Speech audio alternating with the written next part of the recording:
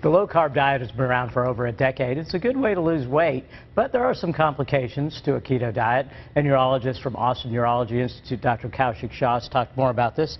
Koushik, welcome. Hey, good morning. How are you? So tell us about kidney stones, which is one of the problems you can get with the ketogenic diet. How does that happen?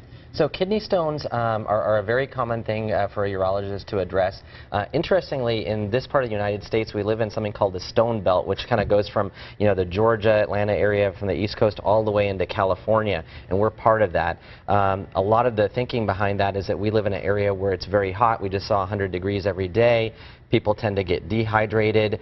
We also in the South tend to drink a lot of Cokes, coffees, and teas. So it's a combination of dehydration, the things that we take into our diet, possibly higher calcium in our water supply as well.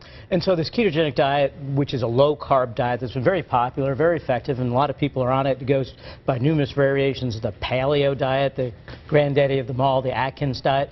How are these diets related to kidney stones? So interestingly, as a urologist, we see a spike in kidney stones during this time of the year in the summer. And now this year, at least in 14 years of my own practice, I've seen a huge spike in the number of kidney stones that we see. And a lot of it I attribute it to a lot of these high-protein, low-carb, keto-type diets.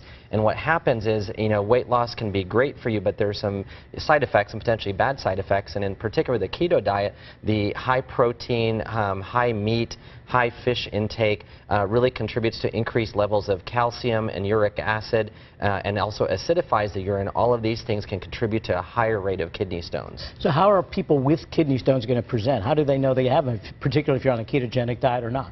So what can happen, again, with keto diet, all the risk factors we talked about, plus the dehydration that comes with the keto diet. To an extent, people don't drink enough water. You can get stabbing-like pain in the back is one of the things that can happen. So literally, it'll feel like someone stabbing you on the flank on the left or the right side. It tends to radiate downwards as the kidney stone starts to pass, and then you can feel a lot of bladder and urinary symptoms as the stone is literally trying to make its way into the bladder.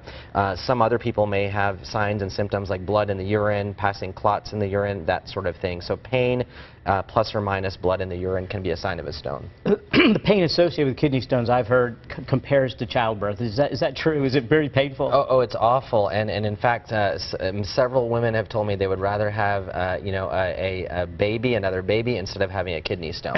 So it can be that bad. All right. So if you suspect a kidney stone, how are you going to address it? How are you going to treat it?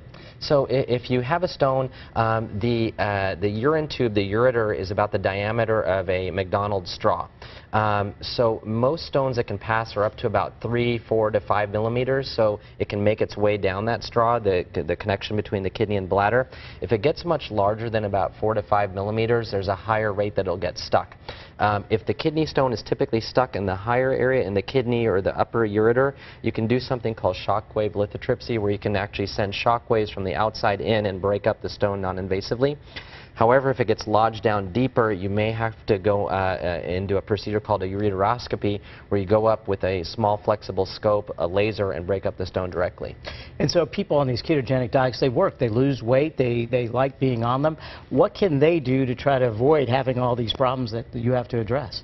Right. So I always kind of preach that the practice moderation. I think problems happen at extremes in diet, and in particular, again, the keto diet, the weight loss is great and lower carbohydrates are great, but you have to balance that with a high fluid intake so you can wash some of the metabolic products out through your system.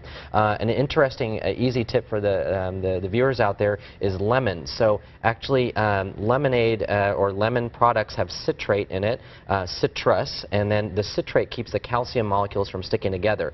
So I'd highly encourage at least drinking a glass or two of water in your routine through the day, but put fresh squeezed lemon in there or lemon concentrate in there to get that citrate, and that's kind of an easy way to kind of reduce the risk of kidney stones associated with some of these diets. Well, that's a great suggestion. In gastroenterology, we see complications of the low-carb diet ourselves.